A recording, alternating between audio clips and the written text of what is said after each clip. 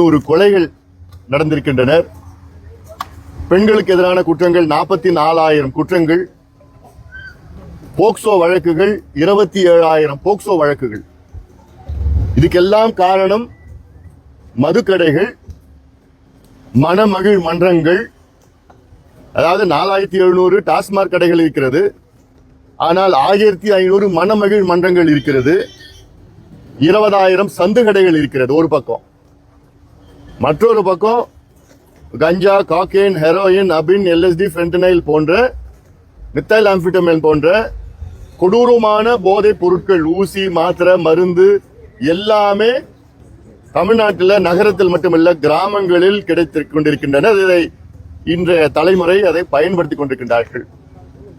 காரணம் முதலமைச்சர் அவர்கள். அவர் முதலமைச்சர் அன்றாடம் விளம்பரம் படுத்திக்கிட்டு விளம்பர படங்களை நடித்துக் கொண்டிருக்கின்றார். அவ்வளவுதான். அன்றாடம் பார்த்தா அவர் விளம்பர படத்தில் நடிச்சிட்டு இருக்கிறார். தமிழ்நாடு ஒளிர்கிறது, மிளிர்கிறது எல்லாம் சும்மா கதை விட்டுட்டு. ஆனா இந்த பக்கம் சின்ன சின்ன சிறுமிகள் கொடூரமான முறையில பாலியல் வன்கொடுமைகள். அதை பத்தி முதலமைச்சர், ஏன்னா காவல்துறை முதலமைச்சர் கீழே தான் இயங்கிட்டு இருக்கு. அது இயங்கிட்டு இருக்காரு, அது வேற விஷயம். முதலமைச்சர் முதல்ல இயங்கிட்டு இருக்காரு, அது வேற கேள்விக்குறி. வெறும் பேட்டி கொடுத்துக்கிட்டு விளம்பரம் கொடுத்துக்கிட்டு விளம்பர படத்தில் நடிச்சிட்டு இருக்கிறாரு.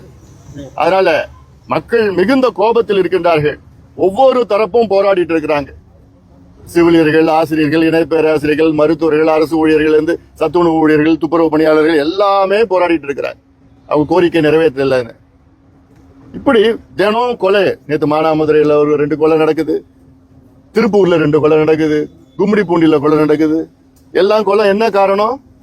இவங்க மதுக்கடை, டாஸ்மாக் கடை, மணமகிழ் மன்றம், சந்து கடை. இந்த பக்கம் மது, கஞ்சா, காக்கேன் போன்ற போதைப் பொருட்கள். அதனால இதை நிச்சயமாக பெண்கள் மன்னிக்க மாட்டார்கள், குடும்பங்கள் மன்னிக்காது. ஒரு நிலையற்ற ஒரு சூழல், திறமையற்ற ஒரு அரசாங்கம், கடன் தொல்லையால் தவிர்த்து கொண்டிருக்கின்ற தமிழ்நாடு.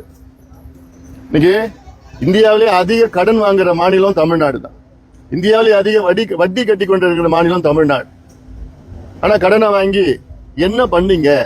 சென்னையில ஒரு பிளைஓவர் கட்டினாங்க, மத்திய கைலாஷ் பிளைஓவர் கட்டி 2 நாள்ல பார்த்தா 100 இடத்துல மேடு பள்ளமா ரொம்ப மோசமா இருக்கு. அதே மாதிரி ரைட் ஆங்கிள் 90 டிகிரிஸ்ல பிளைஓவர் யாராவது கட்டுவாங்களா? அதுவும் ஐஐடிக்கு எதிர்க்க. அந்த ஐஐடி வச்சுக்கிட்டே அந்த விசாரணை நடத்தணும்.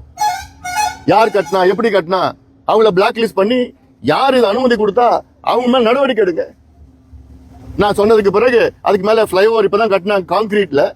2 நாள் பிறகு அது மேல தார் போட்டு பூசுறாங்க. கேடு கட்ட ஒரு அரசாங்கம். யாராவது ஒரு கான்கிரீட் பிளைஓவர் போட்டுட்டு அதுக்கு 2 நாள் பிறகு தார் மேல போட்டு பூசுவாங்களா, மூடுவாங்களா? அப்ப என்ன தரமற்ற ஒரு பிளைஓவர் கட்டினீங்கல்ல, அப்ப என்ன நடவடிக்கை எடுத்தீங்க நீங்க? எல்லாத்துலயும் லஞ்சம், ஊழல், கொள்ள அடிச்சுக்கிட்டு அந்த பணத்தை வச்சுக்கிட்டு ஏதோ தேர்தல கொடுத்துட்டு வெற்றி பெறலான்னு அந்த கனவுல இருக்கிறார். தினம் விளம்பரப்படுத்திட்டு இருக்கிறார். நிச்சயமா மக்கள் கோபத்தில் இருக்கிறாங்க. இன்னைக்கு நாங்களாம் எதுக்கு திருச்சிக்கு போயிட்டு இருக்கிறோம். பிரதமர் அவர்கள் வரவேற்கின்றார். மிகப்பெரிய ஒரு பொது கூட்டம் அது. எங்கள் கூட்டணி அனைத்து இந்திய அண்ணா திராவிட முன்னேற்ற கழகம் தலைமையிலான தேசிய ஜனநாயக கூட்டணி மிகப்பெரிய வெற்றி பெறும். இந்த தேர்தலில் குறைந்தது நாங்கள் 200 தொகுதிகளில் நாங்கள் வெற்றி பெறுவோம். இது உறுதி. மக்கள் முடிவு செய்து விட்டார்கள். அந்த வகையில் தான் மக்களுடைய எண்ணங்கள் இருக்கிறது. அந்த கூட்டத்துக்கு நான் இப்ப சொல்கின்றேன். அதாவது அந்த ஈரான் பிரச்சனையினால இந்தியாவில் மட்டுமல்ல உலக அளவில் இந்த நிலை இருக்கிறது. ஆனாலும் வீட்டு சமையல் எரிவாயுவுக்கு எந்த பிரச்சனையும் இல்லை. வணிக எரிவாயுவுக்கு ஒரு சில பிரச்சனைகள் வந்திருக்கிறது. அதை சரி செய்து கொண்டிருக்கின்றது மத்திய அரசு. அதே வேளையிலே நாங்கள் ஆட்சிக்கு வந்தால் ஒவ்வொரு கேஸ் சிலிண்டருக்கும் 100 ரூபாய் நாங்கள் மானியம் கொடுப்போம் என்று சொன்ன திமுக என்னாச்சு? உங்களுடைய உத்தரவாதம் என்னாச்சு? உங்களுடைய பொய்யான வாக்குறுதி என்னாச்சு? இந்த நேரத்தில் கொடுக்கலாம்ல நீங்க? 100 ரூபாய் நாங்கள் ஆட்சிக்கு வந்தா 100 ரூபாய் ஒவ்வொரு சிலிண்டருக்கும் நாங்கள் மானியம் கொடுப்போம்னு சொன்னீங்களே, இந்த நேரத்தில் நீங்க கொடுங்க. நிச்சயமா இந்த பிரச்சனை இது அசாதாரண ஒரு பிரச்சனை. இப்ப சூழல் இருக்கிறது. உலக அளவில் போர் நடந்து கொண்டிருக்கிறது. உலக அளவில் அத்துணை நாடுகளும் பாதிக்கப்பட்டிருக்கிறது. ஆனாலும் வீட்டு சமையல் எரிவாயுவுக்கு எந்த பிரச்சனை இல்லை, டொமஸ்டிக் சிலிண்டருக்கு எந்த பிரச்சனையும் இல்லை. வணிக ரீதியில் கமர்ஷியல் சிலிண்டருக்கு தான் விலை அதிகப்படுத்தியிருக்கோம். ஆனாலும் ஒரு சில நாட்களில் அது குறையும். நாங்கள் அழுத்தம் கொடுத்து தான் இருக்கிறோம், பேசி தான் இருக்கிறோம். இது ஏதோ தமிழ்நாட்டு மட்டும் பிரச்சனை மட்டும் கிடையாது. இது இந்தியா முழுவதும் உலகம் முழுவதும் இருக்கின்ற பிரச்சனை அது. சார், உத்தரப்பிரதேச உயிர்கோழி சிகிச்சை, அதாவது ஒரு மூளை சலவாரம் இறந்து இது சார், அது வந்து பண்ணலாம்னு மனு கொடுத்துருக்காங்க. உச்சநீதிமன்றம் தீர்ப்பு வழங்கியிருக்க கொடுக்கலாம்னு சொல்லி அதை பத்தி. அதாவது முதல் முறையாக உச்சநீதிமன்றம் ஒரு தீர்ப்பு வழங்கியிருக்கிறது. இந்தியாவில் அப்படிப்பட்ட ஒரு சட்டம் கிடையாது. இந்தியா மட்டும் இல்லை, பல நாடுகளில் அப்படி சட்டம் கிடையாது.